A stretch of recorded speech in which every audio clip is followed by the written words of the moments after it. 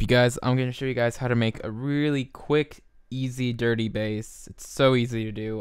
All you'll need is a wow filter, massive, and that's all you'll need. It's super easy, so this should be really quick. And also add me to Google Circles, follow me on Twitter, Facebook, all that stuff. Like, subscribe, who cares? So here's the sound we'll be making.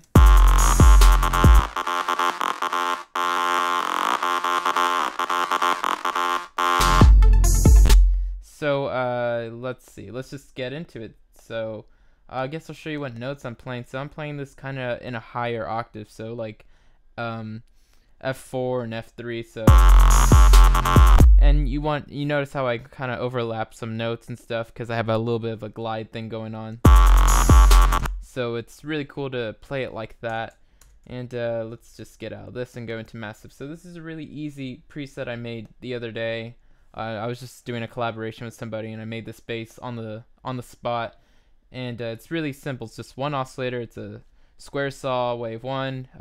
Brought it down 2 octaves. So if you hold down Option while in this box right here, or in this one, or if you have something in this one, just holding down Option and dragging up and down will bring it down by octaves.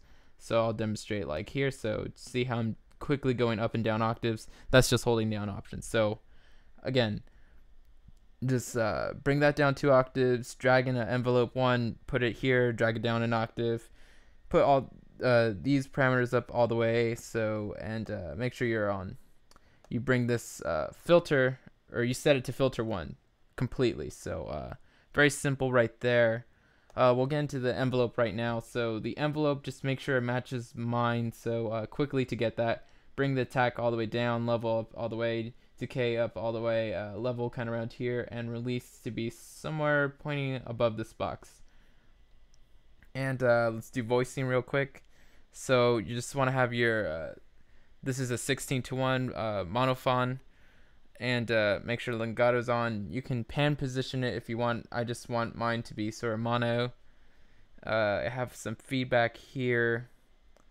We have clip, a hard clipper, and insert 1. So just I guess it's the dry wet's barely up, so it's not all the way down. It's just at the lowest possible spot it can be. Drive up all the way. There's nothing on insert 2. Let's see. Make sure that it's all the way down on parallel and not serial. And we're gonna bring filter 1 down all the way. So make sure you have a comb filter here. Pitch up all the way, dampening straight down the middle, feedback up all the way. We're just going to leave it right here because we want the effect of this filter, but it's not too necessary. So if I turn it off, you can hear it's just making a little difference, just kind of a tone thing. And honestly, it's just to kind of work with the feedback a bit, because the feedback is going to run through this a bit.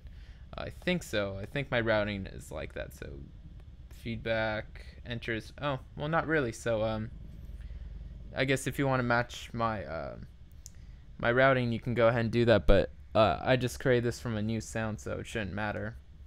So let's see, I think my oscillator tab is the only other thing I did other than FX.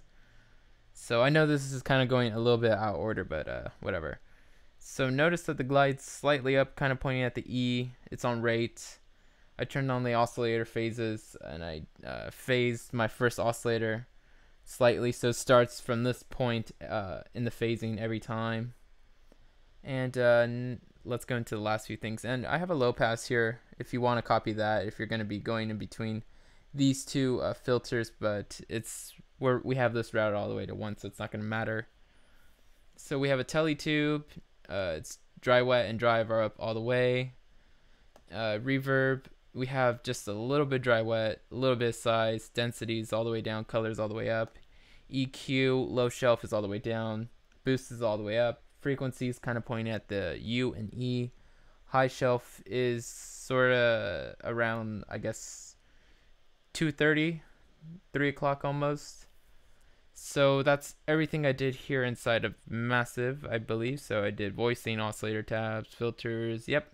There's nothing else going on. It's just very simple, very quick to make. And I'm going to turn off some of these other things. So I just have a wow filter sausage fattener on it to kind of distort it and saturate it a bit and filter it. Other than that, I have a sidechain compressor, so you don't need to copy that. Auto filter, that's just to kind of cut some of those, just to high pass the low end frequencies that I don't want in the mix. Utility, just to make it a little bit wider, and just to compensate with the gain for making it slightly wider. So these don't really matter. So this is what you should have.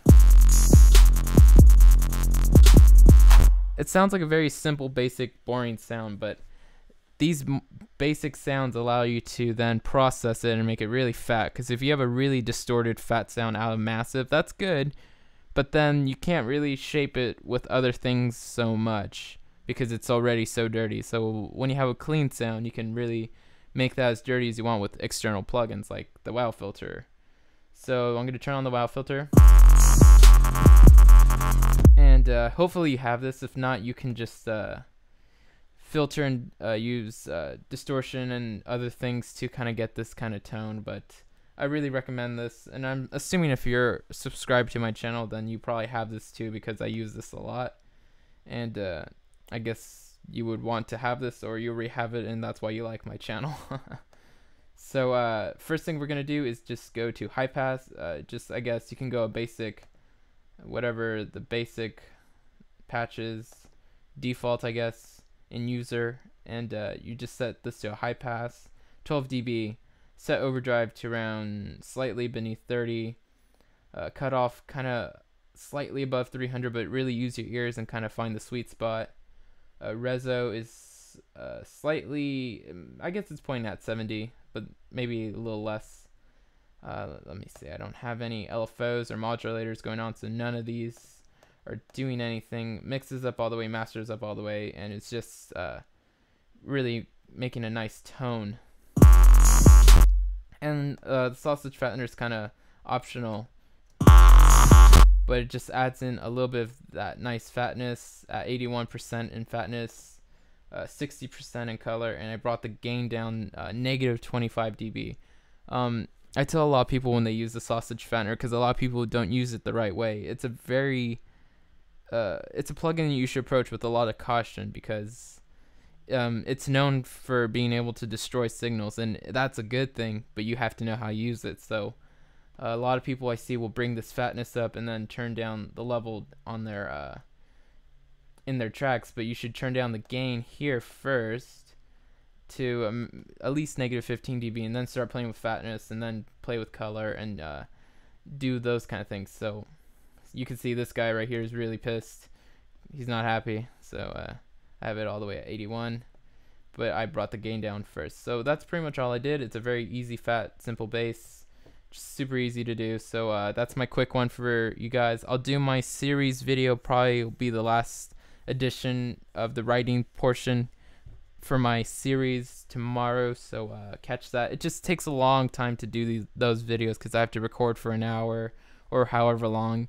Then it takes like an hour to edit it and render it out, and then it takes like 2 hours to upload onto YouTube, because it's a really long video and YouTube has been really slow. So those take a very long time. It just takes a lot of time out of my day to do it, and I just don't have that time always. But thanks for watching.